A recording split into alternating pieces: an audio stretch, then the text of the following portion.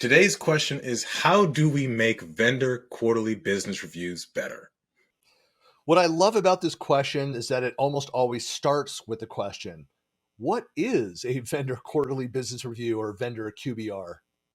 Fair enough point then. If you've been in the business long enough, you may have attended one of these, but if you haven't, this is still going to be really relevant to you because it's a great opportunity to make these a bit more productive, but at the end of the day, they can sometimes be a little hit or miss. So start.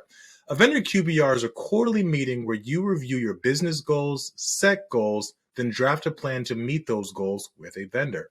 If you don't have a QBR with your vendor, ask which tier of partnership these are typically performed at. Vendor QBRs are a very useful activity to perform. However, they can often turn into the vendor just talking at the partner for an hour or two about metrics that the partner doesn't always have access to. Or worse, you review your business together for the first 15 minutes. Then, because there are executives on the phone, the vendor dives into a pitch on a set of solutions that the partner should be selling. Right. There are two easy ways to avoid both these situations. Number one, all metrics and KPIs should be shared to both organizations prior to the meeting.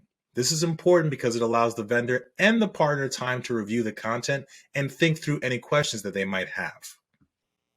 That is a great tip that is true for just about every type of workshop or meeting, especially with vendors and partners. Always easier to say than easier to do for some reason, though. Yeah, and part of that's just setting expectations. You want to ensure that, especially if you do have executives on the phone, that they understand how their time is going to be used. So, as a partner, request the vendor send over the deck they plan to present, whether it's a Word document, Excel sheet, at least a week in advance. And if they don't send it, reschedule the meeting.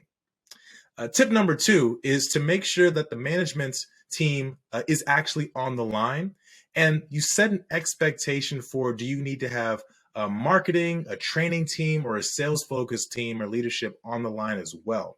Depending on your size of the organization, this may be two or three people, maybe one person, but it's extremely important to have the right audience attend these meetings. Same idea with if you don't get that deck early enough, feel free to reschedule. Often for partners, it's a rare chance to meet executive leadership of the vendor. So you really want to make sure you use that time wisely.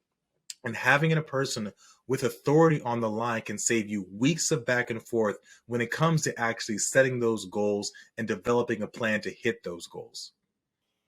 And as a final tip, make sure you don't leave those meetings without setting new goals. Like, what are the takeaways? What are my actions? What are you going to do? What am I going to do? Even if it's a short term, like a follow up with another team to set revenue, marketing, or training goals, still talk about what are the takeaways? What are my immediate actions? Absolutely. It sounds really simple, but once again, we do these hundreds of times a year. And a lot of times it's just a simple mistake on either side. And you really want to make sure you're doing this accurately. So have this expectation for yourself as a partner. You're going to spend a lot more of your value time actually being productive at these meetings. So to learn more about AvePoint's QBR process or to get one set up, be sure to ask your AvePoint rep. And if you haven't already, feel free to join our partner program at avepoint.com/partners.